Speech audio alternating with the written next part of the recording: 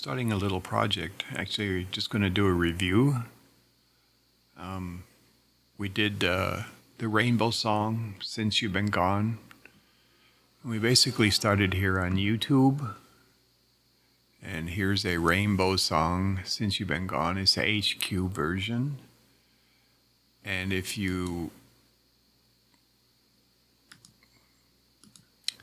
select it, so you can do this share like this and copy the link.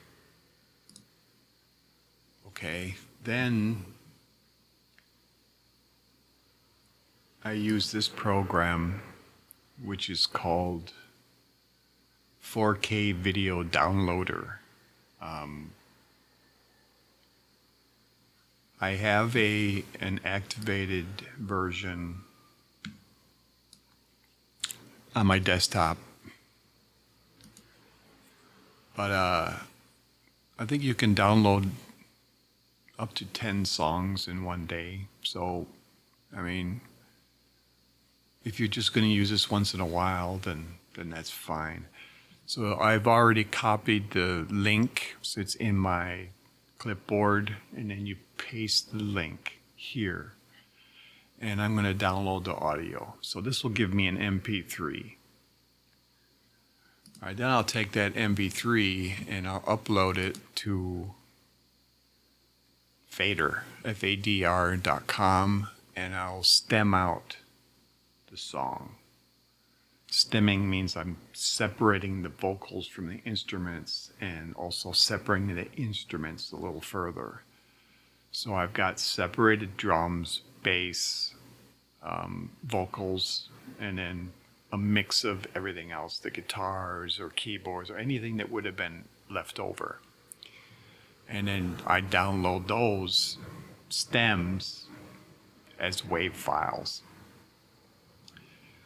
And then I note here that the BPM is 121 BPM. So I take that number and then I create a new empty project, switch the tempo to 121, then I import all of those stems, and that's what's showing here on my screen from here to here. So I've got the original full track and the instrumental, which is vocals removed, then a full drum, and then separated drum, the kick, snare, and all the other, and the bass, and guitars mostly here, the other, and the vocals. Everything's isolated, separated out. The next thing I need to do is what I call tempo mapping, because older songs were not really recorded in a computer. They may have been recorded to a click, but the click may not have been exactly on a specific BPM, or they may not have used a click at all. So in that case, I'm like going through the song and finding where the song gets off, trimming it and moving it back on the beat. And then Cubase has this tool, which is sizing time stretch. So for example, if I had cut it here to be on the beat, then I'm going to need to shrink everything in front of it and then move this onto the beat measure. And so you can see that it's pretty good. That was one cut. It's towards the middle or the beginning of the song. And it's actually looking here like, okay, here's a cut here. There's a cut here. And there's a cut here and here. If the song was recorded in digital, in a workstation, and it was recorded to a tempo, then this is totally unnecessary to modify. It'll just fall exactly right on. So here's the last cut here. So that becomes the reference that we're going to record the song. The next thing I do after that is I generate the click track. So you see this top up here. I'm going to zoom it way out, and you see this top goes all the way to the end of the song. It's click. And this is a 4/4 song, so it goes tick, do, do, do, tick, do, do, do, just like that. I also take and copy this click track and then just cut it off, and this is what I call my intro click. This is typically what I'll use whenever I generate the backing tracks. So this will definitely show the beginning of the song, and then everything's going to be in time, no matter who works on this song, whether John's doing guitar or Lori's doing vocals, because the backing track or the stems that I'm going to generate and export will have this intro click and intro count. And that kind of sounds just like this. 1, 2, 3, 4. 2, 2, 3, 4. And then the song starts. So once I've got that all set up, then I need to start replacing. For drums, you can see here I have an isolated kick track. So I'm going to just solo that. You see it starts here.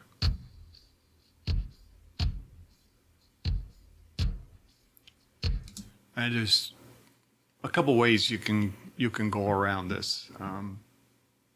You can use the keyboard to trigger those. I can see them. I know kind of where I am in the song.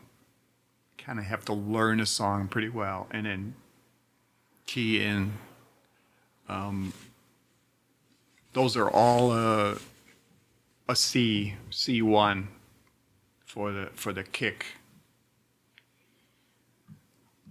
Another way is to use a trigger, and that's what I did for this song. There's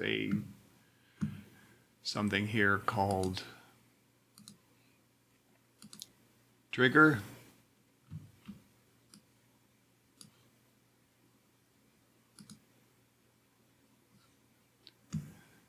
And let me activate all these. And you can kind of see, I'm just going to do the kick. I mean, typically I could do the kick and the snare at the same time. It doesn't really matter. So on my channel, I've put the EQ first. And this EQ has a spectrum analyzer, so you can see. And then I have the trigger. This is a Steven Slate Trigger 2. And it will generate MIDI.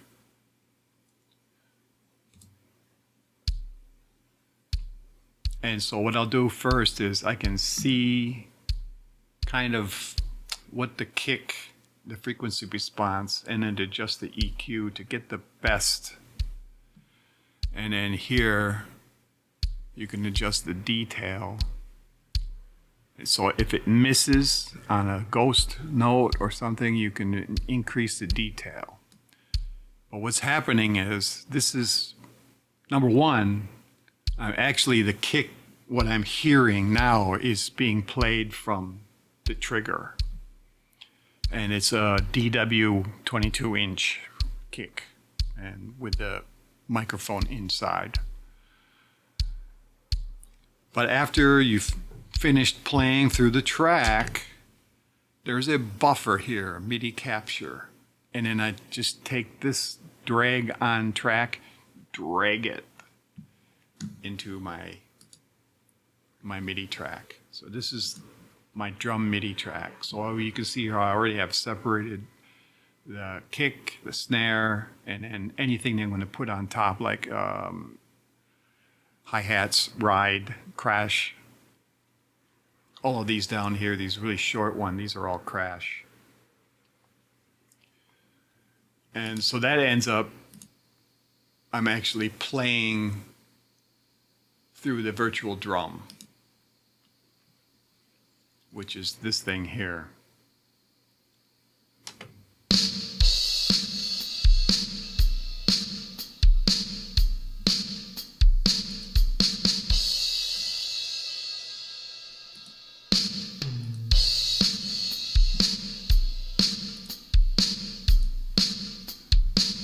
So a lot of the work is taken because I'm able to trigger the kick and the snare from the original tracks.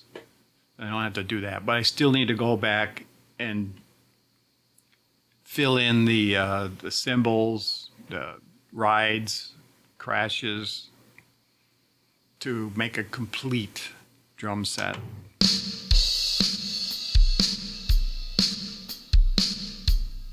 And you can see down here where it's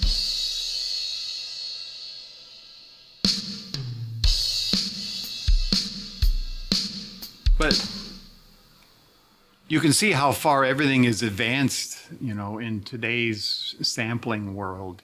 The crash, and you can hear it sustain for seconds, you know. It doesn't just and gone. So here's a crash, another crash. You got a China type and the ride. And there's a real small splash and hi-hat. And of course, using a mouse, you can't really get the full of everything, because if you use a keyboard, it generates MIDI to trigger these. And a drummer would know. You can hit a drum in the middle, you can hit it on the edge, you can do what's called a rim shot, where you're hitting the rim of the drum and at the same time. The hi-hat, you've got a closed hi-hat, you have open hi-hat, you can squeeze it, or you have it open and squeeze, so it's got that. All of those are different notes on the keyboard. Okay, so now we've got the very, very basic percussion drums. The next thing was, what key are we going to play this song in? So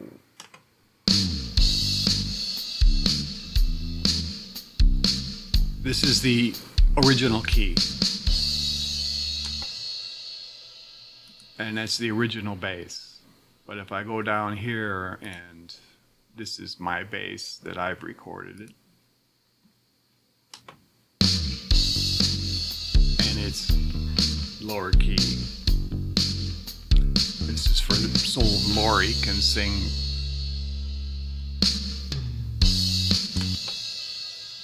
Now we build up the tracks. I record the bass, and then at that point I'm able to export the bass as a stem, the drums as stem, the click track, the others, and the vocals that are separated, all the stems, and give those to John. And John will load into his DAW, Digital Audio Workstation. And then he can lay all the guitars. And in my DAW, I make blue for the bass, I make purple for the drums, and all of the electric guitars are this green. So these are all of John's guitars. They're all cleaned up, they're all lined up. I've got some automation down here, and that's to the end of the song. Here's his solo at the end, and there's a solo in the middle. Okay, and then below that, all the yellow tracks are Lori's vocals. So like at the beginning of the song, there's that oomph, and then her main vocal, a secondary layer, which is kind of a doubling, but I pull that down just so it's about 3 or 4 dB below the main vocal. And then she's got harmonies, and sometimes it's got these what we call callbacks. So that's a complete, and she's recording these on a USB microphone on the laptop. So it's quite amazing. These orange tracks are MIDI, that's keyboards. So this song has a piano that goes in it.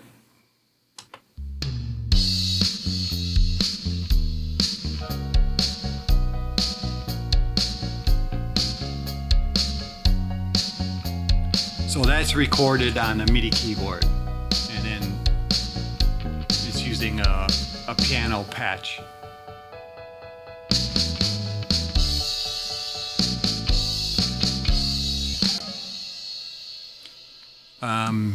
And when I add in the drums, when I add in the guitars that John's done.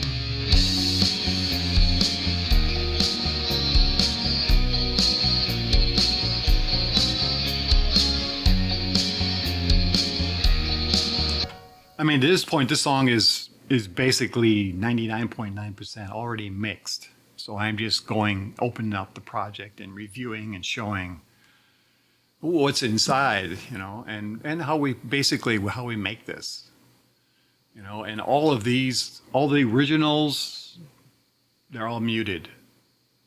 I mean, I could actually just take them, go up here, select them all, and just disable and hide them. I don't need them anymore. So now all of it is our own generated tracks. The drums, the bass, the electric guitars. There's no acoustic guitars in this one. All the vocals and instruments, keyboards. Well, that's basically it. So that's how Since You've Been Gone.